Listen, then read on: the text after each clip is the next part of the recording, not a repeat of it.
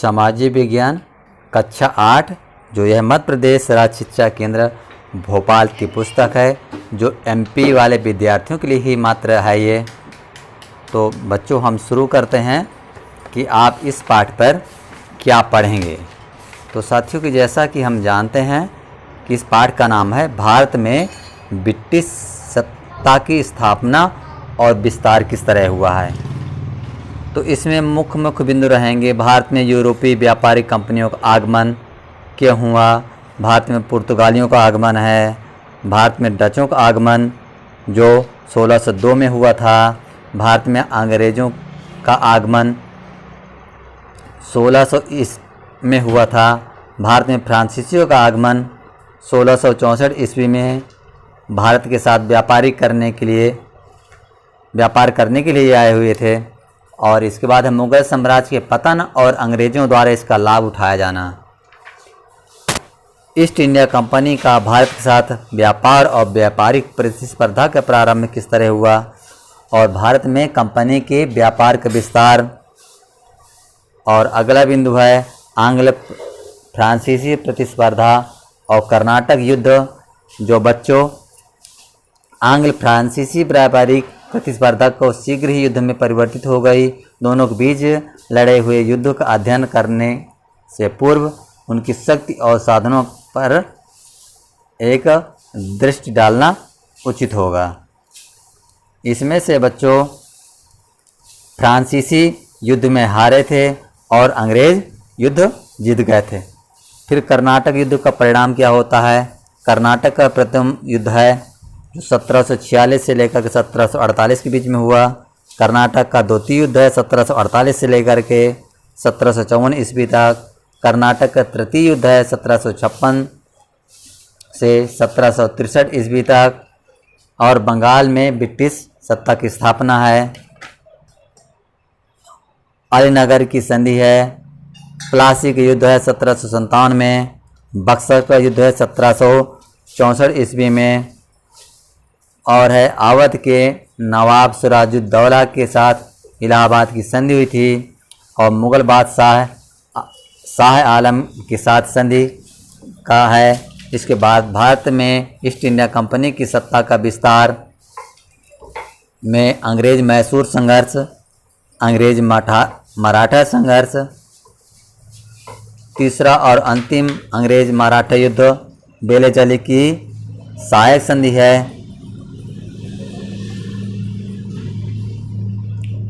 Lord Hasting द्वारा British साम्राज्य का विस्तार, लॉर्ड डलहौजी की विलय नीति, व्यापारिक एवं राजनैतिक प्रतिस्पर्धा में अंग्रेज़ों की सफलता के क्या कारण थे। इसके बाद हम चर्चा करेंगे अभ्यास कार्य के विषय में। सामाजिक विज्ञान का जो पाठ एक है जिसका नाम है बच्चों, पुनः मैं याद दिला दूं, भारत में ब्रिटिश सत्ता की स्थापना और विस्तार। इसमें अभ्यास प्रश्न है। इसमें निम्नलिखित प्रश्नों के सही विकल्प चुनकर लिखना है। तो बच्चों पहला प्रश्न है, इलाहाबाद की संधि निम्न में से किसके साथ हुई थी। इसका पहला विकल्प है मीर कासिम, दूसरा विकल्प है नवाब नजमुद्दौला, तीसरा है शुजाउद्दौला और चौथा है बहादुर शाह जफर। तो बच्चों इसका तीसरा विकल्प सही है शुजाउद्दौला। अब दूसरे प्रश्न की हम चर्चा करते हैं। दूसरा विकल्प का प्रश्न है, निम्नलिखित में से कौन सी व्यापारिक कंपनी भारत नहीं आई थी। ध्यान देना बच्चों, भारत आई थी ऊपर नहीं, भारत नहीं आई उस पर है। तो जैसे यहाँ पर पुर्तगाली, डच, फ्रांसीसी और घ नंबर है अमेरिका। तो बच्चों अमेरिका की कोई भी कंपनी अपने इंडिया व्यापार करने के लिए नहीं आई थी। तो साथियों इसका विकल्प घ नंबर सही है, अमेरिकन। तीसरा विकल्प है, तीसरा प्रश्न है बच्चों डचों द्वारा भारत में बनाई गई प्रमुख फैक्ट्री कहाँ थी। नंबर 1 गोवा में, या ख नंबर दमन में, या ग नंबर पुलिकट में, या घ नंबर दीव में। तो बच्चों इसका है विकल्प तीसरा का नंबर पुलिकट में प्रमुख फैक्ट्री बनी थी। चौथा प्रश्न है, 1615 ईस्वी में सर टॉमस रो को राजदूत बनाकर कहाँ भेजा गया था? नंबर का इंग्लैंड, खा नंबर अमेरिका, या ग नंबर भारत, या घा नंबर फ्रांस। तो बच्चों इस चौथे प्रश्न का विकल्प ग नंबर सही है भारत। पांचवें प्रश्न पर चर्चा करते हैं। प्रथम दो कर्नाटक युद्धों के समय भारत में फ्रांसीसी गवर्नर कौन थे? बच्चों फ्रांसीसी गवर्नर कौन थे? इसका पहला विकल्प है डुप्ले, दूसरा क्लाइव, तीसरा ये अर्थात ग नंबर है कार्नवालिस, और घ नंबर है कोलबार्ट। तो बच्चों इसका विकल्प का नंबर डुप्ले सही है। चलिए बच्चों अब अगले हम प्रश्न यानी रिक्त स्थानों की पूर्ति पर चर्चा करते हैं। इसका पहला प्रश्न है भारत में सर्वप्रथम यूरोपीय जाति का आगमन हुआ था, यानी किस यूरोपीय जाति का आगमन हुआ था? तो बच्चों भारत में सर्वप्रथम पुर्तगाली यूरोपीय जाति का आगमन हुआ था। बच्चों आपको इसमें एक नंबर में पुर्तगाली भर देना है। दूसरा है प्रश्न 1498 ईस्वी में भारत आने वाला यूरोपीय था, यानी कौन भारत आया था 1498 में? तो आपको बच्चों 2 नंबर में भर देना है वास्को डी गामा। तीसरा खालिस्तान है का गोवा, दमन और दीव पर अधिकार था। तो गोवा और दमन दीव पर किसका अधिकार था? तो बच्चों तीसरे नंबर में आपको भर देना है पुर्तगालियों। हाँ बच्चों पुर्तगालियों आपको इसमें भर देना है। इसके बाद चौथा प्रश्न है ईस्ट इंडिया कंपनी की स्थापना के लिए की गई थी? किसके लिए की गई थी? तो बच्चों आपको इस खाली जगह पर व्यापार भर देना है। पांचवा है खालिस्तान प्लासी युद्ध के समय बंगाल का नवाब सिराजुद्दौला था, अर्थात इस खाली जगह में आपको सिराजुद्दौला भरना है। छठवें नंबर पर चर्चा करते हैं बेलेजली की सहायक संधि द्वारा खालिस्तान है और हैदराबाद की कंपनी के अधीन लाया गया। तो इस खाली जगह में बच्चों आपको भर देना है मैसूर। सातवां खालिस्तान है जो लॉर्ड डलहौजी ने नीति कर्षण किया। तो कौन सी नीति थी बच्चों? तो आपको इस खाली जगह में भर देना है फूट डालो और राज्य करो। अब बच्चों अति लघुत्तरीय प्रश्न पर चर्चा करते हैं। अति लघुत्तरीय का पहला प्रश्न है भारत में यूरोपीय व्यापारिक कंपनियों का आगमन क्यों हुआ था? तो बच्चों भारत में यूरोपीय कंपनियों का आगमन व्यापार करने के लिए हुआ था। अति लघुत्तरीय का दूसरा प्रश्न है पुर्तगालियों की व्यापारिक कंपनी ने भारत में कहाँ कहाँ अपने व्यापारिक केंद्र स्थापित किए? तो बच्चों इसका उत्तर है कि भारत में पुर्तगालियों की व्यापारिक कंपनियों ने भारत में कालीकट, गोवा, दमन, दीव एवं हुगली के किनारे अपने व्यापारिक केंद्र स्थापित किए थे। बच्चों अति लघुत्तरीय का प्रश्न नंबर तीसरा है भारत में डचों ने किस नाम की स्वर्ण मुद्रा चलाई थी? तो बच्चों भारत में डचों ने पगोड़ा नाम की स्वर्ण मुद्रा चलाई थी। हाँ बच्चों उस समय सोने की मुद्रा चल रही थी ये। प्रश्न चौथा है सहायक संधि की नीति किस गवर्नर जनरल द्वारा अपनाई गई थी?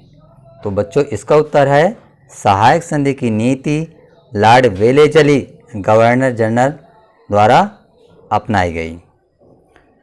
प्रश्न नंबर 5 है अति लघुत्तरीय का भारत में अंग्रेजों की विजय के कोई 2 कारण बता देना बच्चों। तो बच्चों इसका उत्तर में पहला कारण है उस समय भारत में राजनैतिक बिखराव व केंद्र का कमज़ोर होना। इसका दूसरा मुख्य कारण है अंग्रेज़ों पर हल्के व छोटे हथियार तथा प्रशिक्षित सेना का होना था। अब बच्चों प्रश्न नंबर 4 है लघुत्तरी। तो लघुत्तरी में प्रश्न नंबर पहला है डच कंपनी के द्वारा भारत में किए गए व्यापारिक कार्यों का उल्लेख कीजिए। बच्चों इसका उत्तर है डचों ने गुजरात में कोरोमंडल समुद्र तट, बंगाल, बिहार तथा उड़ीसा में व्यापारिक कोठियाँ स्थापित की। इन्होंने अपना पहला कारखाना मछलीपट्टनम में खोला। डचों ने भारत के साथ मुख्यतः मसालों, नील, कच्चे रेशम, सीसा, चावल एवं अफीम का व्यापार किया। डचों की प्रमुख फैक्ट्री पुलिकट में थी, जहां से वह स्वर्ण मुद्रा पगोड़ा को ढालते थे। अब बच्चों चर्चा करेंगे लघुत्तरी का दूसरा प्रश्न है, यूरोपीय व्यापारिक कंपनियों के मध्य प्रतिस्पर्धा के क्या कारण थे? आखिरकार इनके मध्य में लड़ाई झगड़ा या युद्ध क्यों होते थे? तो बच्चों इसका उत्तर है यूरोपीय व्यापारिक कंपनियों के मध्य प्रतिस्पर्धा के प्रमुख कारण निम्नलिखित थे। नंबर 1 है अधिक मुनाफा अर्जित करना और राजनीतिक प्रभुत्व में वृद्धि करने की नीति। दूसरा पॉइंट है एक दूसरे को मात देने के लिए कम से कम मूल्य पर भारतीय माल क्रय करने का प्रयास करना। तीसरा है बाजार पर अपना प्रभुत्व स्थापित करने की इच्छा। चौथा है व्यापार पर नियंत्रण स्थापित करने के लिए राजनीतिक सत्ता स्थापित करने का सपना देखना। प्रश्न नंबर तीसरा है सहायक संधि की शर्तें लिखिए। तो बच्चों सहायक संधि की शर्तें इस प्रकार थीं। नंबर 1 सहायक संधि अपनाने वाले भारतीय राज्य को अपनी सुरक्षा के लिए ब्रिटिश सेना की एक टुकड़ी को अपने राज्य की सीमाओं में रखना होता था। इसका दूसरा बिंदु है ब्रिटिश सेना के खर्च के लिए संधि स्वीकार करने वाले राज्य को एक निश्चित धनराशि अथवा अपने राज्य का एक भूभाग कंपनी को देना होता था। तीसरा बिंदु है भारतीय शासक को अपने दरबार में एक अंग्रेज अफसर को भी रखना होता था जो भारतीय शासक के कार्यों में हस्तक्षेप किया करता था। अब बच्चों दीर्घ उत्तरी के प्रश्नों की चर्चा करते हैं। इसका पहला प्रश्न है कर्नाटक युद्धों के क्या कारण थे, इसके बारे में लिखना है। तो बच्चों इसका उत्तर है कर्नाटक युद्ध के प्रमुख कारण निम्नलिखित हैं। नंबर 1 ब्रिटिश इंडिया कंपनी और फ्रांसीसी कंपनी में व्यापारिक प्रतिस्पर्धा थी। दूसरा है दोनों ही अधिक बाजार तथा सुविधाएं पाने के लिए व्यापार पर अपना प्रभुत्व स्थापित करना चाहती थी। तीसरा फ्रांसीसी कंपनी का प्रधान कार्यालय दक्षिण पूर्वी समुद्री तट पर पांडिचेरी में था, जबकि ब्रिटिश कंपनी का प्रमुख केंद्र फोर्ट सेंट जॉर्ज अर्थात मद्रास जो इस समय चेन्नई में है था, जो कि पांडिचेरी से अधिक दूर नहीं था। चौथा है दोनों ही कंपनियां अति महत्वाकांक्षी थीं। पांचवा और अंतिम बिंदु है दोनों का ही कार्य क्षेत्र पश्चिमी और पूर्वी भारत लगभग एक ही था। दीर्घ उत्तरी का दूसरा प्रश्न है प्लासी युद्ध के क्या कारण थे? तो बच्चों इसका उत्तर है प्लासी युद्ध के प्रमुख कारण निम्नलिखित थे। नंबर 1 अंग्रेज समस्त बंगाल पर अपना अधिकार करना चाहते थे। ये यद्यपि अंग्रेज़ों को पहले से ही काफ़ी सुविधाएं प्राप्त थीं। दूसरा है क्लाइव ने फ्रांसीसी बस्ती चंद्रनगर पर अपना अधिकार कर लिया तथा वहाँ का नवाब सिराजुद्दौला इसके खिलाफ कुछ न कर सका। तीसरा बिंदु है क्लाइव के नवाब के दुश्मनों को अपना संरक्षण दे रखा था। चौथा है क्लाइव ने सेनापति मीर जाफर और राय दुर्लभ आदि के साथ एक गुप्त समझौता कर नवाब को गद्दी से हटाने के लिए एक षड्यंत्र रचा था। पांचवा क्लाइव सिराजुद्दौला की गद्दी से हटाकर अपने समर्थक यानी मीर जाफर को बंगाल का नवाब बनाना चाहता था। अंतिम बिंदु है छठवां युद्ध करने के लिए क्लाइव ने नवाब सिराजुद्दौला पर अलीनगर की संधि भंग करने का आरोप लगाया था। अगला प्रश्न है, इलाहाबाद की संधि की शर्तें लिखिए। उत्तर है, मुगल सम्राट शाह आलम नवाब मीर कासिम व शुजाउद्दौला अंग्रेज़ों से युद्ध में पराजित हो गए, अतः 1765 ईस्वी में शुजाउद्दौला तथा शाह आलम को रॉबर्ट क्लाइव से संधि करनी पड़ी। यही संधि इलाहाबाद की संधि कहलाती है। इसकी शर्तें इस प्रकार हैं। नंबर 1, अवध के नवाब से 50 लाख युद्ध के हर्जाने के रूप में लेकर अंग्रेज उसे अवध का राज लौटा देंगे। दूसरा, कड़ा और इलाहाबाद तथा उसके आसपास का क्षेत्र अवध से अलग कर मुगल बादशाह शाह आलम को दिया जाएगा। तीसरा, चुनार का दुर्ग अंग्रेज़ों को मिलेगा। चौथा है, अंग्रेज़ों को अवध की सीमाओं के भीतर बिना कर दिए व्यापार की सुविधा मिलेगी। प्रश्न 4, लॉर्ड डलहौजी की विलय नीति को समझाइए। इसका उत्तर है, भारतीय राज्यों को प्रत्यक्ष रूप से कंपनी के अधीन करने के लिए गवर्नर जनरल लॉर्ड डलहौजी ने विलय नीति अर्थात हड़प नीति का अनुसरण किया। सबसे पहले उसने भारतीय राजाओं को दत्तक पुत्र लेने की प्रथा पर रोक लगा दी। जो शासक बिना पुत्र के मर गए उनके राज्य को ब्रिटिश साम्राज्य का अंग बना लिया गया। ऐसे राज्यों में झांसी, नागपुर और सतारा प्रमुख थे। मैसूर और पंजाब के विस्तृत राज्यों को युद्ध द्वारा ब्रिटिश शासन का अंग बना लिया गया। 1856 ईस्वी में अवध के नवाब पर कुशासन का आरोप लगाकर अवध को ब्रिटिश शासन का अंग बना लिया गया था। प्रश्न 5वां है, व्यापारिक एवं राजनीतिक प्रतिस्पर्धा में अंग्रेज़ों की सफलता के क्या कारण थे? इसका उत्तर है, अंग्रेज़ों की सहायता के प्रमुख कारण इस प्रकार थे। नंबर 1, भारत में अनेक छोटे छोटे राज्य थे जिनकी सैनिक शक्ति भी अधिक न थी। दूसरा है, उस समय के शासक विलासिता और अहंकार का जीवन जी रहे थे तथा उनकी सेनाएं कमज़ोर, पथभ्रष्ट और अनुशासनहीन थीं। तीसरा है, नाम मात्र के मुगल सम्राट शक्तिहीन, वैभवहीन, कमज़ोर और साधनहीन हो गए थे। चौथा बिंदु है, उस समय के अराजकता के माहौल में मराठे भी, जो एक शक्तिशाली संगठन था, आपसी संघर्ष में उलझे थे।